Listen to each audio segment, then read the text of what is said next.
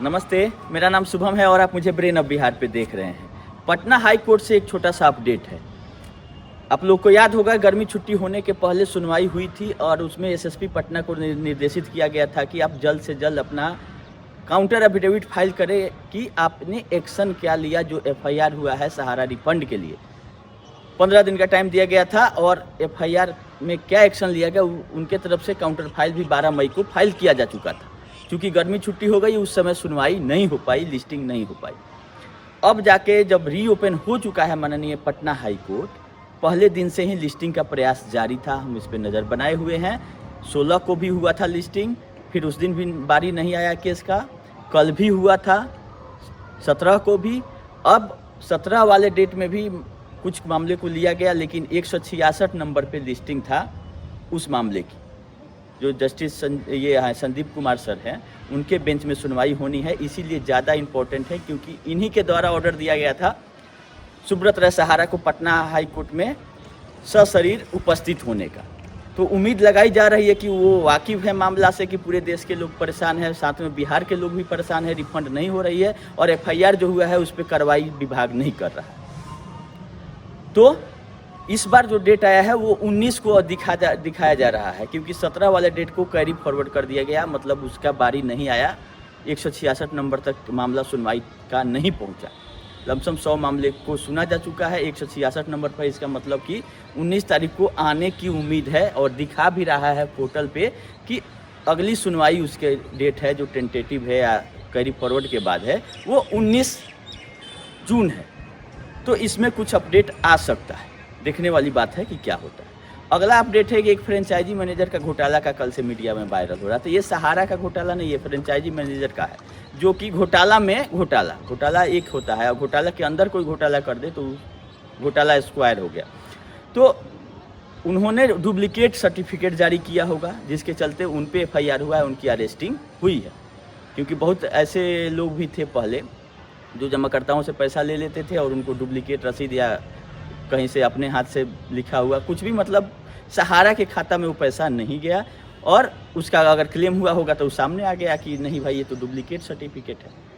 तो उस हिसाब से उन पर 23,40,000 के आसपास का गबन का या 25,40,000 का आरोप लगा है और उन पर एफआईआर भी है, उनकी अरेस्टिंग करके जेल भेज दी गई।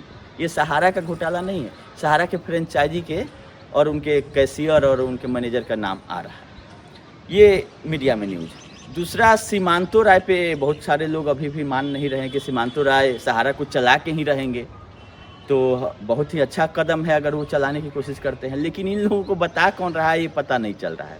कम से कम सीमांतो राय को सीमा पार से इस सीमा में लेके आइए, तो अपने देश के सीमा में। पहले तो सीमा पार है, तो सीमा पार से सीमा के अंदर आ जाएंगे तब सेकेंडरी बात है कि वो क्या करेंगे।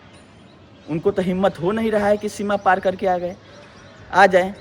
सुब्रत राय सहारा के मरने पर भी वो सीमा पार नहीं कर सके, तो आज भुगतान के लिए वो सीमा पार करेंगे, इसकी क्या गारंटी है।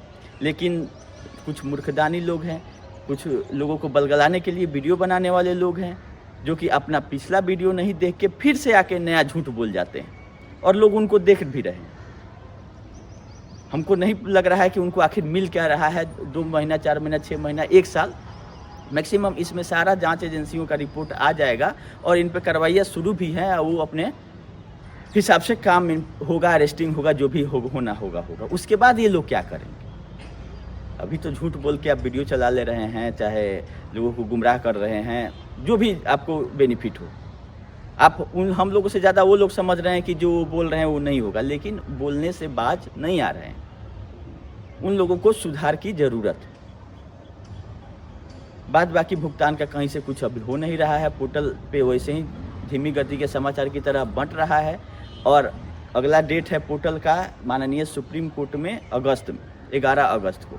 और सहारा सेबी वाला में कोई सुनवाई अभी नहीं हो रही है। क्यूसॉप का भी हम लोग केस लगाने वाले थे, लेकिन कोर्ट का रवैया देख के हम लोग अभी शांत पड़े हुए हैं कि कहीं भी पैसा खर्चा लोगों का करवा दे। अब भुगतान नहीं होगा तो लोग हम ही लोग को गाली देगा कि आप फिर ले जाके करवा दें, क्योंकि एनसीएलटी से लेकर सुप्रीम कोर्ट में सारे जगह का फैसला सहारा के पक्ष में आ गया। अब जिस प्रभाव से आया हो ये हम बोल नहीं सकते हैं, लेकिन अब उसमें हम लोग अगर 10-20 हज़ार 1 लाख रुपया खर्चा कर दें और उसके बाद भी भुगतान नहीं हो तो लोग कहेंगे कि यही मेरा पैसा डुबा दिए। इसीलिए अभी शांत हैं, आप अपने स्तर से एफआईआर करके जैसे पैसा निकालने का उपाय कर सकते हैं आप करिए।